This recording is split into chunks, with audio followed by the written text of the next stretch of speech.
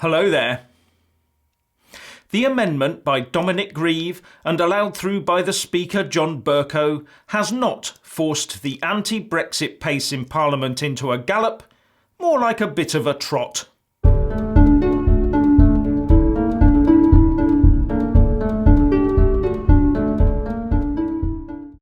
Now, before I start, I'd just like to thank one of my viewers, poor old chap, whose quirky technical YouTube channel is well worth a visit, for sending me this natty little Brexit countdown timer, which now takes pride of place on top of the carriage clock on my mantelpiece.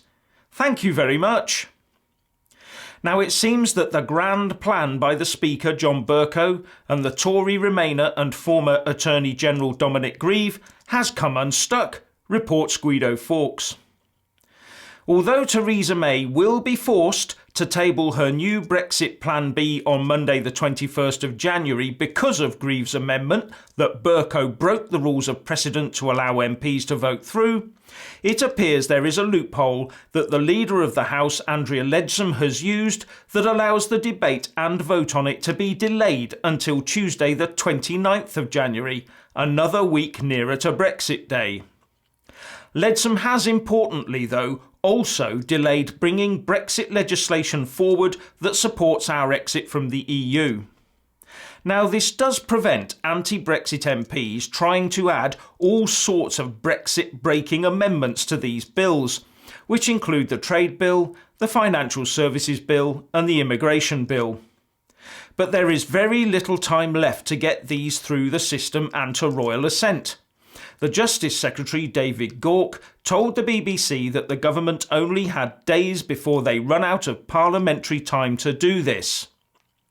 Now, the PM is, it seems, determined to push her deal through.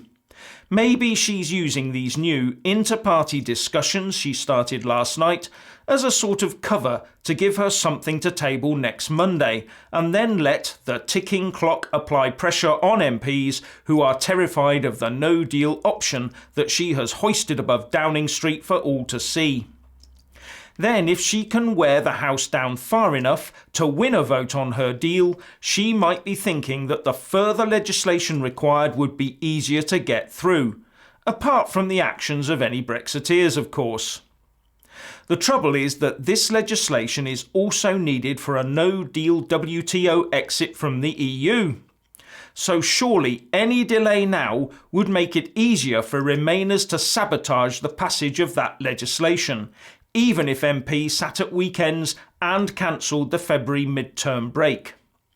At some stage, it would become technically impossible to get all the laws in place in time to cover a no-deal exit, and, crucially, this point in time would come before the point at which legislating for May's deal becomes impossible, as the legislation needed for her deal is a bit less complex than for no deal. The Remain side does, of course, know this and understands the repercussions. They may not be as worried about a delay as we would think. They may be thinking that the pressure is being applied the other way, in the belief that no one would choose to leave without legislation in place.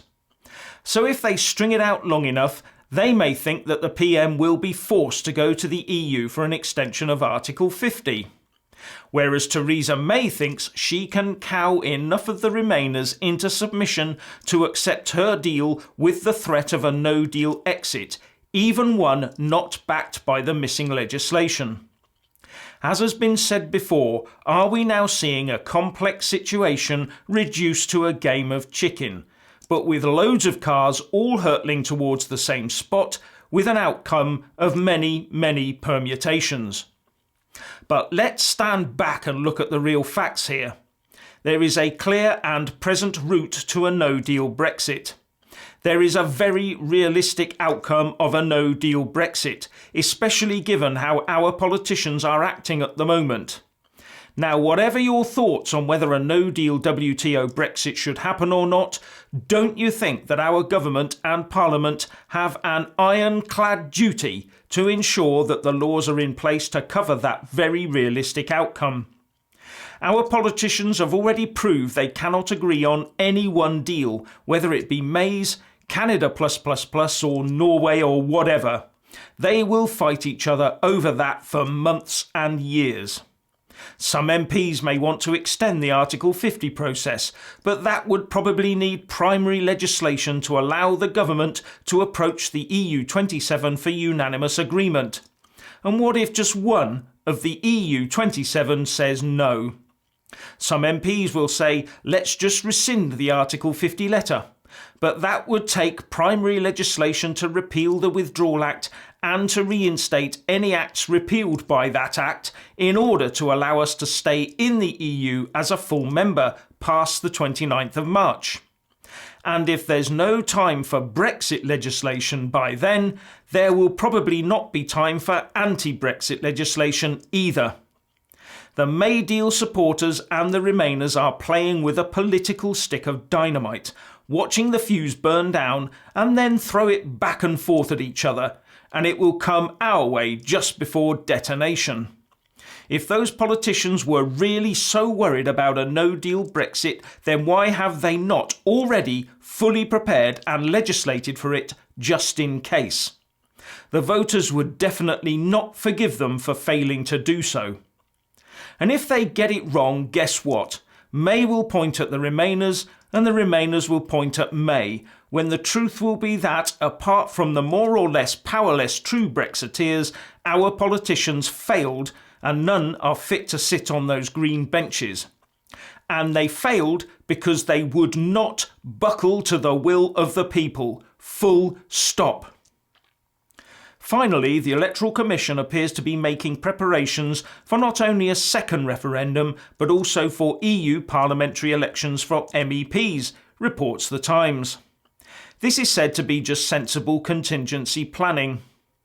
Isn't it strange that we can make so-called sensible contingency planning to stay in the EU, but not to leave on WTO terms? Makes me sick. Now, if a totally unwarranted second referendum was called, then that would certainly entail extending the Article 50 process beyond March the 29th, but would need the unanimous agreement of the EU 27. And if that extension went beyond the 2nd of July, which is when the new EU Parliament starts, then the UK would have to participate in the MEP elections. And as the latest estimate puts the time needed to prepare for a referendum at 14 months, then you get the picture. The other route, that of revoking or rescinding Article 50, comes with the firm understanding that we are staying permanently in the EU, as stated by our own Attorney General, which may then actually mean there'd be no referendum at all in the end, and the automatic inclusion of the UK in the EU MEP elections. Those two options are now unthinkable. We must prepare for a full no-deal WTO exit starting right now, with the full support of the whole of Parliament and the establishment, including the media. So, please let us all know what you think by leaving a comment below, and thank you for watching. Please do like and share this video, and also subscribe to my channel. And when subscribing, please do remember to press on the little bell next to the subscribe button. That way you'll get an alert every single time I put up a new video. Thank you very much for watching.